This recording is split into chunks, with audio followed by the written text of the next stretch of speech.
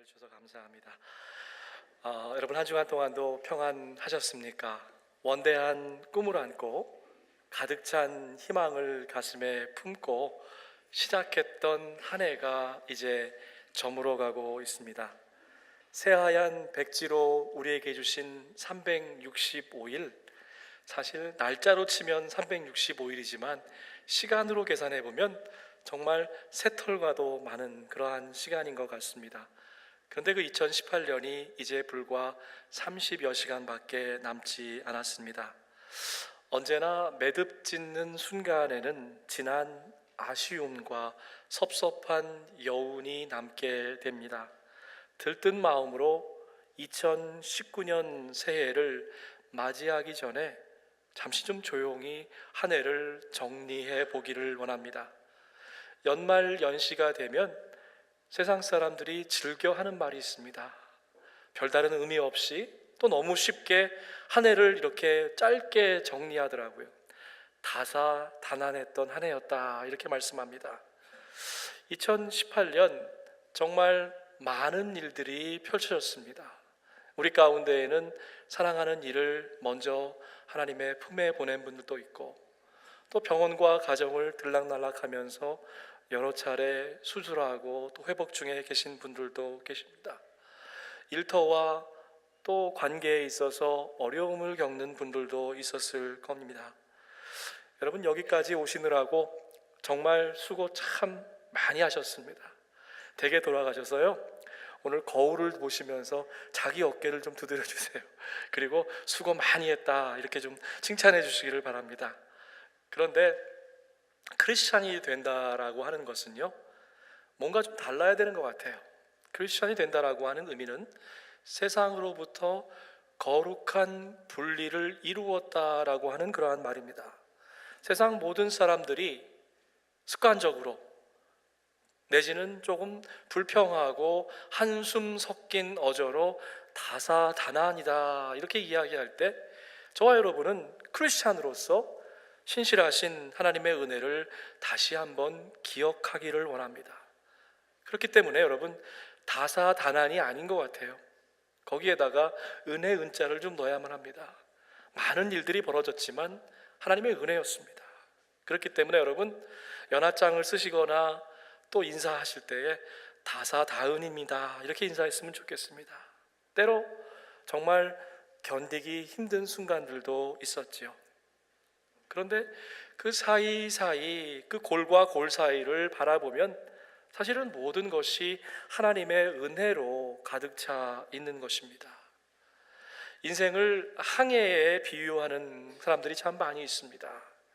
2018년 또 새해인 2019년은 우리 인생의 긴 항해에 있어서 한 항구에서 다른 항구로 옮겨가는 일일 것입니다. 저는 오늘 여러분과 좀 편안하게 여행 이야기를 좀 해보려고 합니다. 2주 이상 여러분 일터를 떠나서 또 시간을 내어서 긴 크루즈 여행을 가신다, 한번 이렇게 생각해 보십시다. 2018년을 열심히 사셨어요. 그래서 여러분 휴가를 받으신 거예요. 그래서 모처럼 여행을 예약하고 설레는 마음으로 이제 이것저것 많이 준비하실 겁니다. 그런데 아니, 이게 웬 것입니까? 시작부터 어찌된 일입니까?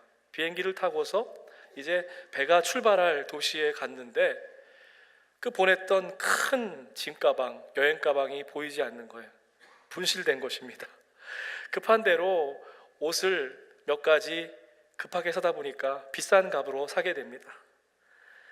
하지만 크루즈 해보신 분들을 아시잖아요. 아침 저녁으로 급변하는 그 날씨를 옷 몇 개 가지고 막아내기에는 역부족인 것 같습니다. 괜히 왔나 하는 이런 생각이 들기 시작하면 즐거워야 될 여행이 참 힘들어지는 것이에요. 엎친 데 덮친 거로 낮에 잠깐 내려서 도시 관광을 하는데 거기서 지갑까지 잊어버렸어요. 이쯤 되면 여행의 즐거움은 온데 간데 없고 그저 집에 가서 내 집이 최고지 하고 발 뻗고 자고 싶다, 이런 마음이 드실 것 같습니다. 우리 주님도 인생살이에 있어서 의식주의 문제가 참 중요하다는 것을 누구보다도 더 잘 아셨을 겁니다. 근데 오늘 본문은 참 이상해요. 사랑하는 제자들을 파송에 보내시면서 선교 여행으로, 전도 여행으로 보내시면서 거의 빈몸으로, 거의 알몸 수준으로 파송을 하고 있는 것입니다.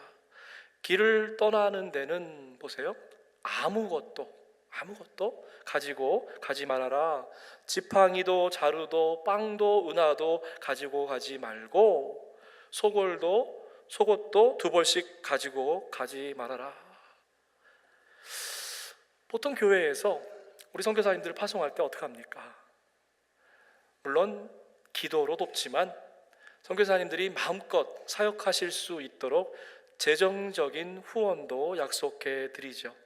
만약 선교사가 선교지에서 그날 저녁 먹을 끼니만을 걱정하고 있다고 하면 그 사역에 큰 문제가 생길 것입니다. 오늘 본문에 기록된 주님의 선교사 파송 방식은 참 특이하고 이상한 것 같아요. 우리 예수님은 재정적인 후원이나 물질적인 뒷받침에 대해서는 시작부터 아예 관심이 없으셨던 것 같습니다. 아무것도 가져가지 말아라 뿐만이 아니죠. 오히려 너희가 지금 가지고 있는 것도 그냥 놔두고 가라라고 하는 말씀입니다. 2018년 마지막 주일 예배를 준비하면서 어떤 말씀을 나누는 게 좋을까 생각했는데 참 이 말씀이 우리에게 울림이 있다라고 하는 생각을 해보았습니다. 지팡이도 자루도 빵도 가져가지 말아라. 돈도 옷도 가지고 가지 말아라. 여러분, 이게 도대체 무슨 말씀입니까? 당장 먹을 것, 내일과 모레에 먹을 것 아무것도 없이 빈몸으로 가라라고 말씀하시는 겁니다. 먹고 사는 문제는 우리가 모두 다 아는 것처럼 인생에 있어서 참 중요한 문제입니다.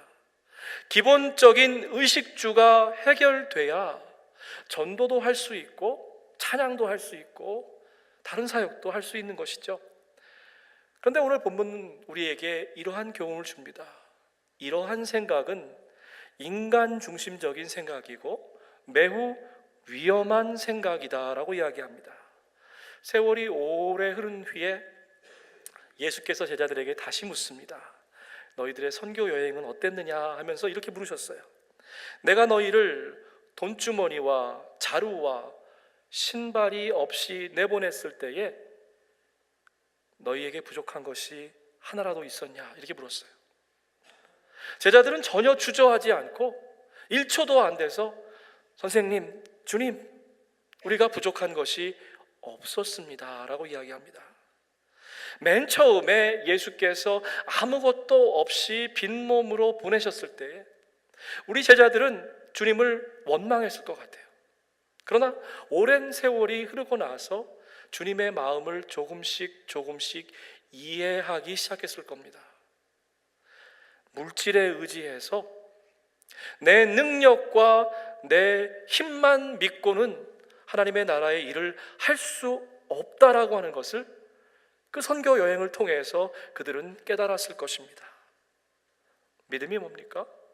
진정한 믿음은 순서를 제대로 정하는 것입니다. 다시 말씀드립니다. 믿음이 뭐냐고 하면 우리 삶에 있어서 우선순위를 바로 매기는 것이 믿음이다. 저는 이렇게 정의하고 싶습니다. 목숨을 부지하려고 무엇을 먹을까, 무엇을 마실까, 몸을 감싸려고 무엇을 입을까 걱정하지 말아요. 너희들이 고민하고 염려하고 걱정한다고 해서 너희의 삶을 한순간이라도, 한 시간이라도, 하루라도 더 연장할 수 있느냐? 그리고 나서 연결되는 말씀은 이렇습니다. 너희는 먼저 하나님의 나라와 하나님의 의를 구하여라. 그리하면 이 모든 것을 너희에게 더하여 주실 것이다. 먼저와 그리하면의 문제가 믿음의 문제라고 하는 것입니다. 우리의 믿음을 측정할 수 있는 바로미터는 바로 먼저가 무엇이고 그 뒤에 따라오는 것이 무엇인지를 믿는, 아는 그러한 것이라고 하는 것이에요. 이스라엘은 날마다 꼭 필요한 것을 공급해 주시는 하나님의 은총을 경험했습니다. 광야 벌판에서 매일 매순간 꼭 필요한 만큼 이스라엘 백성들에게 그날의 양식을 주셨어요. 애굽에서 신고 나온 하나의 신발, 그리고 걸치고 있는 그 옷이 결코 헤어지지 않고 닳아져 없어지지 아니하는 놀라운 은혜를 경험했습니다. 하나님의 불꽃 같은 눈동자로 그들의 삶을 인도해 주신 신실하신 하나님의 은혜였죠. 자, 여러분, 오늘 본문을 오해하지 마시기 바랍니다. 오늘 본문은요, 의식주가 없이 살 수 있다 이런 말이 아니에요. 오늘 본문을 관통하고 있는 핵심 메시지는 의식주가 없이 살 수 있다가 아니라 의식주보다 더 중요한 게 있다라고 하는 것입니다. 오늘 말씀을 제대로 이해하시려면 하나님께서 우리에게 주시는 메시지가 무엇인가를 붙잡아야만 합니다. 하나님은 먼저와 나중의 문제를 잘 구별할 수 있는, 그렇죠? 그런 사람이 바로 믿음의 사람이에요. 믿음의 사람들을 붙드시고 전적으로 그들의 삶과 가정을 축복하신다고 하는 거예요. 일꾼이 자기 먹을 것을 얻는 것은 마땅하다. 여러분, 이 말씀 보세요. 짧은 말씀인데 여기에도 먼저와 나중이 있는 것입니다. 먹을 것을 걱정하는 것은 나중 일이에요. 먼저 하나님의 일꾼이 되기로 한다고 결단한다고 하면, 하나님의 자녀로, 하나님의 일꾼으로 살아간다고 하면 하나님께서 우리에게 필요한 모든 것을 공급해 주실 것이라고 하는 것입니다. 먼저 하나님의 나라와 의를 구할 때에 우리 하나님께서는 가장 좋은 것, 가장 선한 것, 가장 아름다운 것으로 축복해 주시는 것입니다. 저와 여러분은 하나님의 자녀들이에요. 우리 하나님께서 우리를 세상에 창조해서 보내주시면서 그저 하루하루 힘없이 버티며 살라고, 그냥 먹고 사는 것에 집중하라고 이 땅 가운데에 보내주신 것이 아닙니다. 하나님은요, 여러분 한 분 한 분을 너무나 사랑하세요. 너무나 소중하고 아름다운 존재로 바라보고 계십니다. 하나님께서는 올 한 해를 마무리하면서 새로운 한 해를 시작하면서 여러분께서 엄청나고 놀라운 꿈과 비전을 갖기를 원하십니다. 비록 지금 당장 우리의 모습은 지치고 힘들고 어렵고 때로는 삶이 우리를 속일지 몰라도 좌절하거나 실망하지 마시기 바랍니다. 가슴 활짝 펴시고요, 하늘 향해 눈을 높이 드시고 원대한 비전을 갖기 원합니다. 여러분, 성경 가운데에 나오는 위대한 인물들하고요, 여러분하고 똑같아요. 정확하게 똑같은 공통점이 있습니다. 예수의 수제자 베드로, 복음의 능력을 담대하게 선포했던 바울, 이름 없이 빛도 없이 십자가를 감당하고 순교했던 순교자들, 그리고 오늘 3부 예배에 나오신 워싱턴 한인교회 교우 여러분, 시간과 공간, 언어와 문어를 뛰어넘어서 한 가지의 공통점이 있습니다. 여러분, 그게 뭐겠습니까?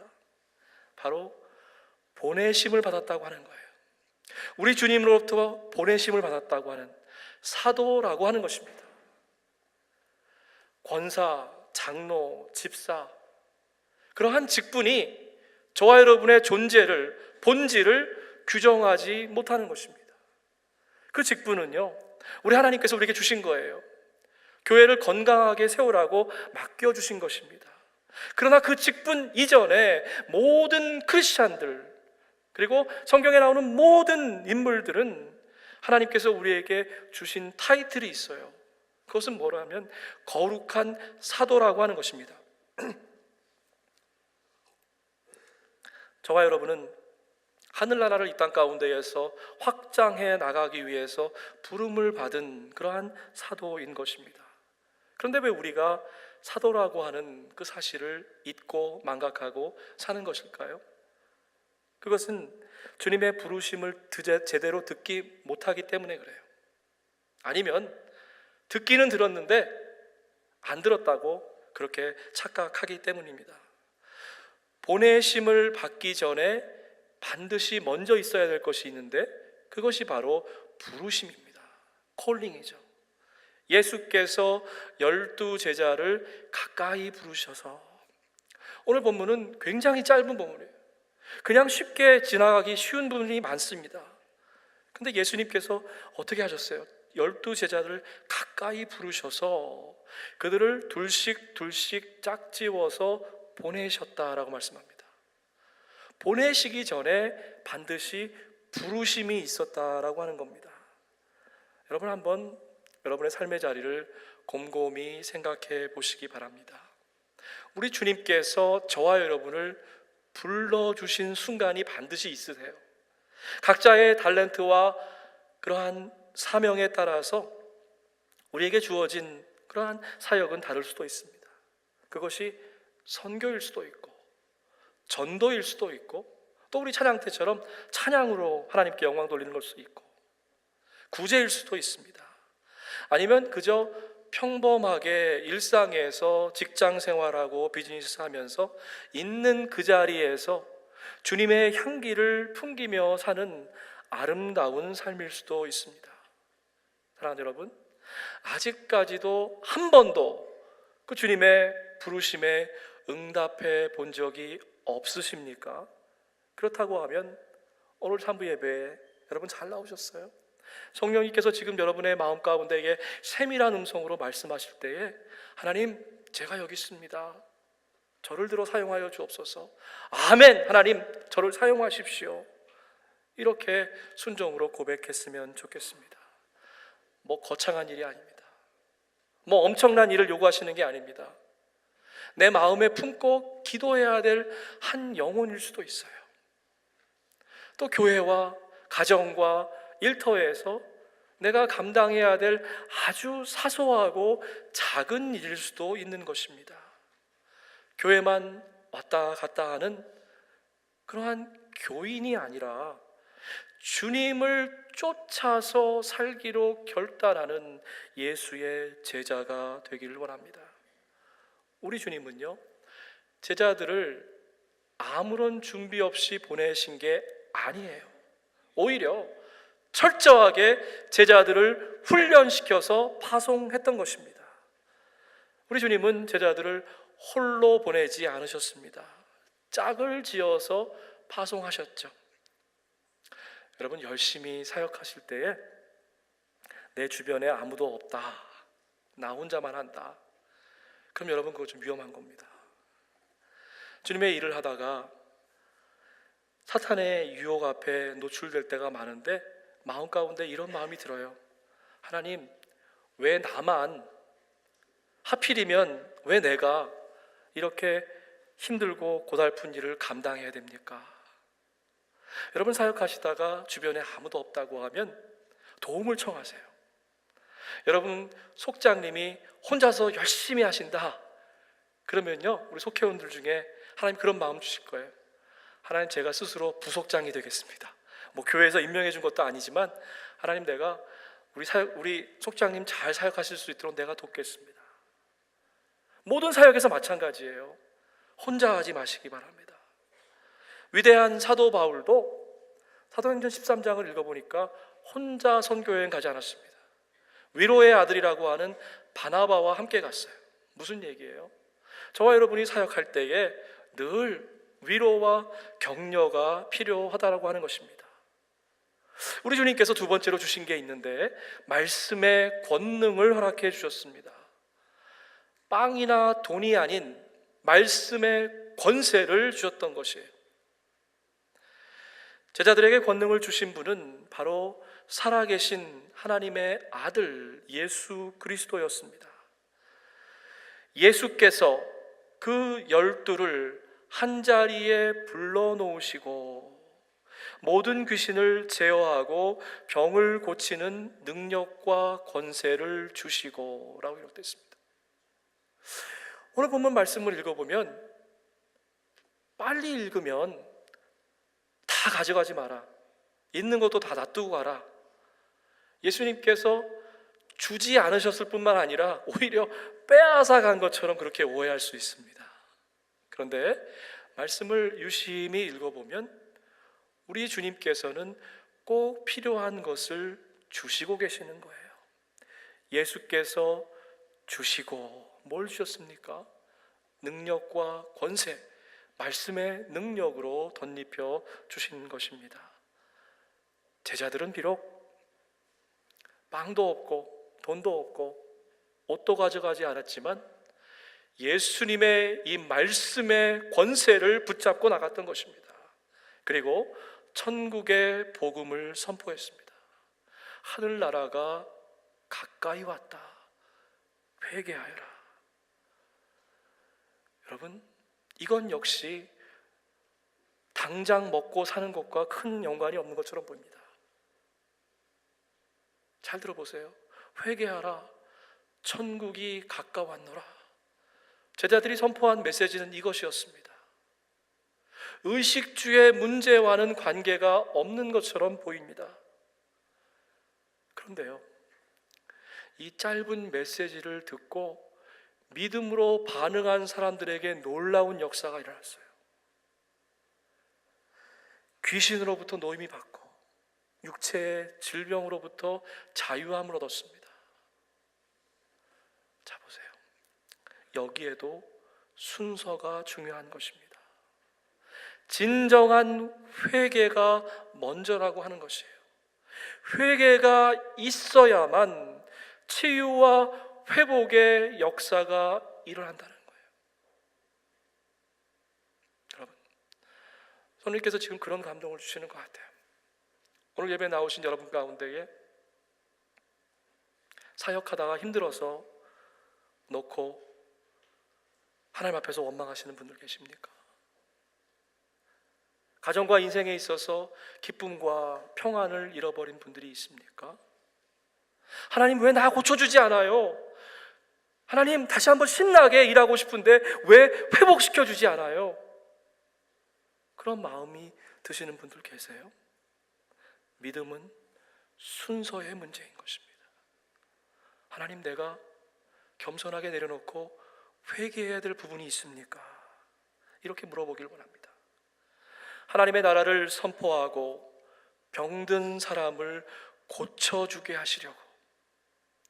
우리 예수님이 아무것도 안 주신 것 같은데 사실은 정확하게 꼬집어서 너희들이 가서 해야 될 일이 무엇이다, 두 가지를 알려주신 거예요. Preach the gospel, 하나님의 나라를 선포하고 Heal the sick, 아픈 자, 소외된 자, 병든 자를 치유하라. 예수님께서 하신 사역을 이보다 더 분명하게, 더 간결하게, 더 핵심적으로 제시한 본문을 저는 성경 가운데 찾지 못할 것 같아요. 두 가지 사역을 하셨어요. 하나님의 나라를 선포하고 병든 사람을 고쳐줘라.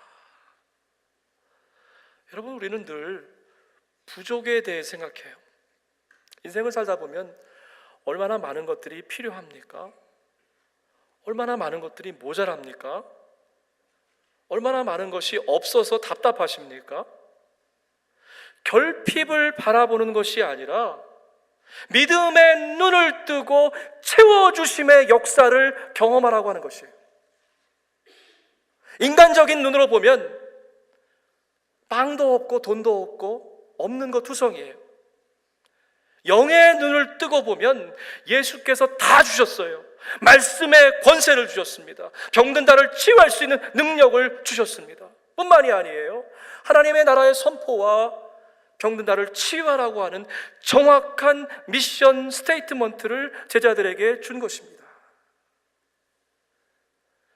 어찌 보면 무책임해 보일 수 있는 예수님의 파송을 통해서, 오늘의 이야기를 통해서 저와 여러분에게 두 가지의 영적인 교훈이 있는 것 같습니다.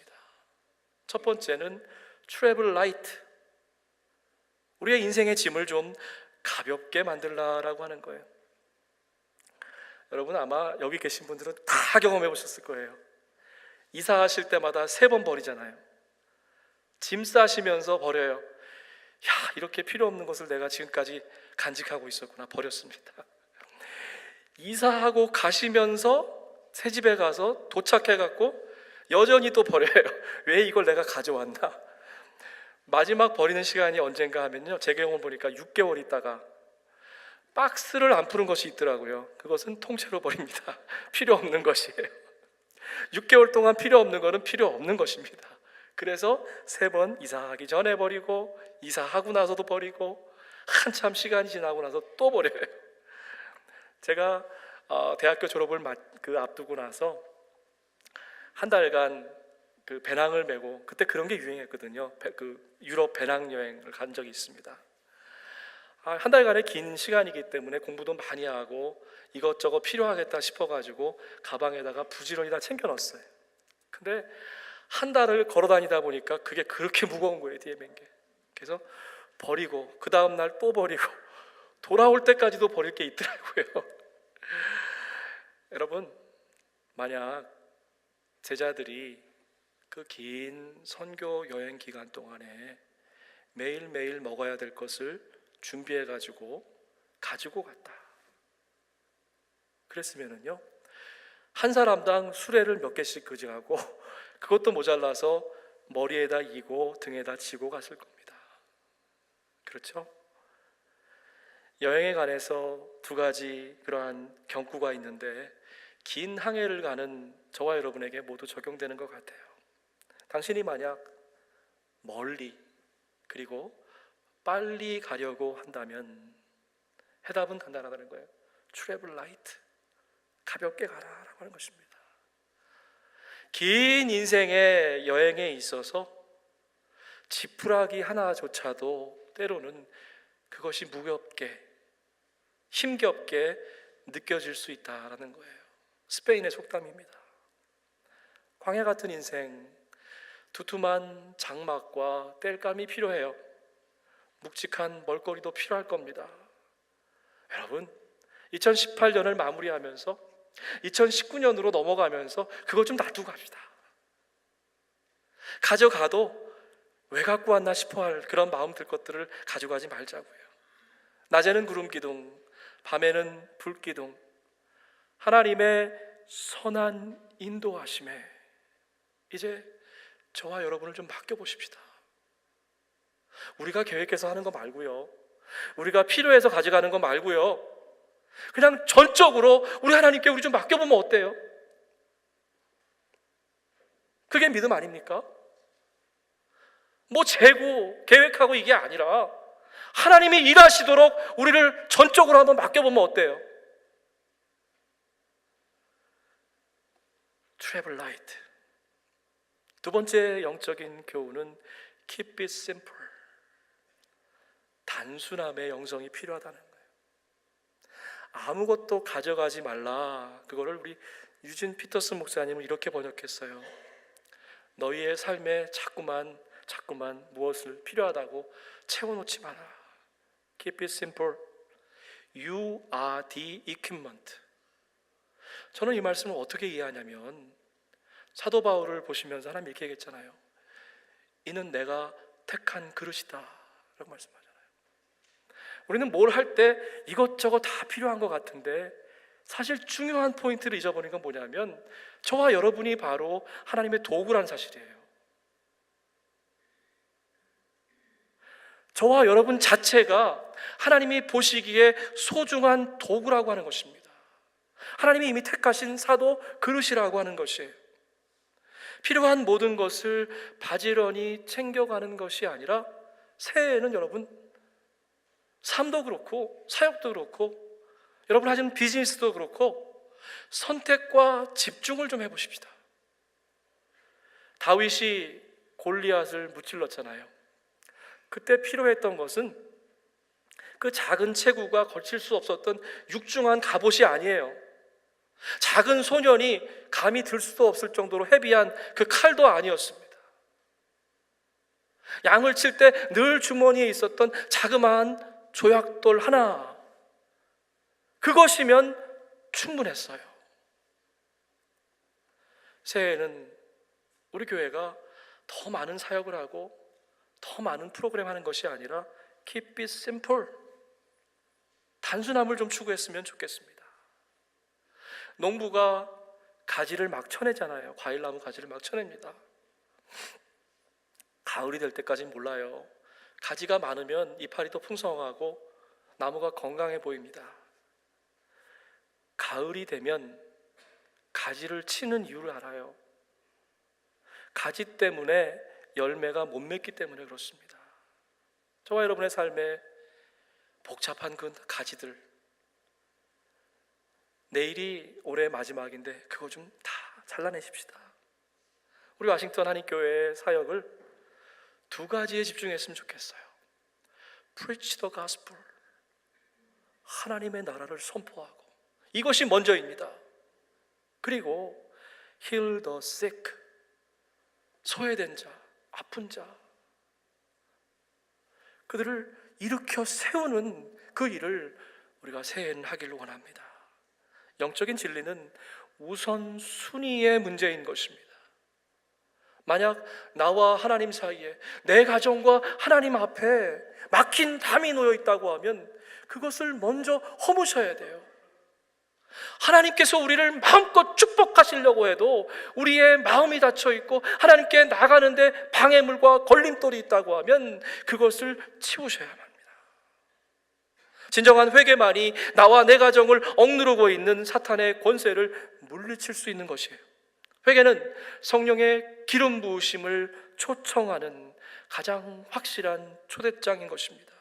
회개할 때에 우리의 삶이 거룩해지고 또 우리의 가정 가운데에, 일터 가운데에 새로운 질서가 회복되는 것입니다. 예수의 이름으로, 말씀의 권능으로 사탄이 쫓겨가고 치유와 회복의 역사가 일어나는 것입니다.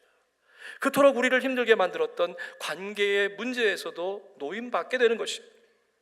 한 해를 마무리하고 또 새로운 한 해를 시작하면서 하나님의 말씀으로 여러분의 가정과 또 자녀와 일터를 축복하기 원합니다. 사랑하는 이여, 나는 그대의 영혼이 평안함과 같이 그대에게 모든 일이 잘 되고 그대가 건강하기를 빕니다.